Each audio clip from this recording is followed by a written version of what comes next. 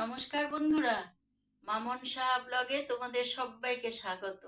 আমার দেশ বিদেশের বন্ধুরা, তোমরা যে যেখানে আছো সবাইকে স্বাগত। বন্ধুরা, তোমরা কেমন আছো? আশা করি ভালো আছো।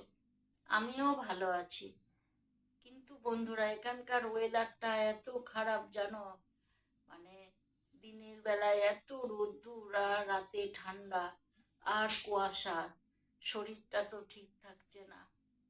তোমরা তো জানোই যে আমার একটু প্রবলেম আছে, তা সত্ত্বেও খুবই কষ্টদায়ক হয়ে উঠছে। দেখো, এই যে ডিসেম্বর মাস পড়ে গেল, তবুও সেরকম ঠান্ডাটা অনুভূতি নাই, কিন্তু এমন বাজে ঠান্ডা রাত্রিবেলা আর সকালবেলায় এত রোদ্দুর জানো। এই মার্চ মাসের মতো, মার্চ এপ্রিলের মতো রোদ্দুর। যাই হোক বন্ধুরা, তোমরা সবাই ভালো থাকো। দেখো আজকে আমার দুপুরের কি কি মেনু হলো। দেখো বন্ধুরা, এই যে দেখো, সাদা ভাত। এই অনেক কষ্ট করে আস্তে আস্তে করলাম বন্ধুরা। দেখো, তার মধ্যে ঠান্ডা লেগে যাচ্ছে। এই যে সাদা ভাত বন্ধুরা, আর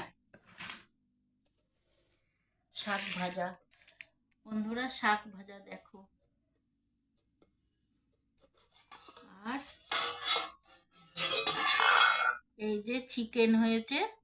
আর আঙ্কেল চিকেন খায় না, ওই জন্য আঙ্কেলের জন্য চিকেনের মধ্যেই ডিম দিয়ে দেওয়া হয়েছে। আজকে দুপুরের মেনু এই বন্ধুরা। তোমরা ভিডিওটা প্রথম থেকে শেষ অবধি দেখবা। আশা করি যাই হোক তাই তোমাদের ভালো লাগবে। দিদিরও শরীরটা ভালো না। এইভাবেই চলছে সংসারটা, আস্তে সুস্তে কোনো রকমে ঠেকে ঠেকে নিয়ে চলা।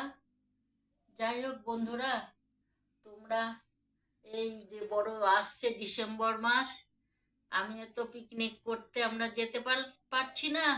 তোমরা পিকনিক করো, আনন্দ করো, খুব ভালো থাকো বন্ধুরা, খুব আনন্দে থাকো, ভালো থাকো, সুস্থ থাকো। তাহলে আজকের ব্লগটা এই অবধি বন্ধুরা। বাই।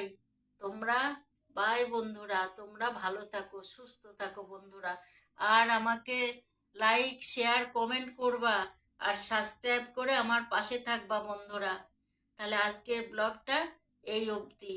দেখা হচ্ছে আবার নতুন কোনো ব্লগে।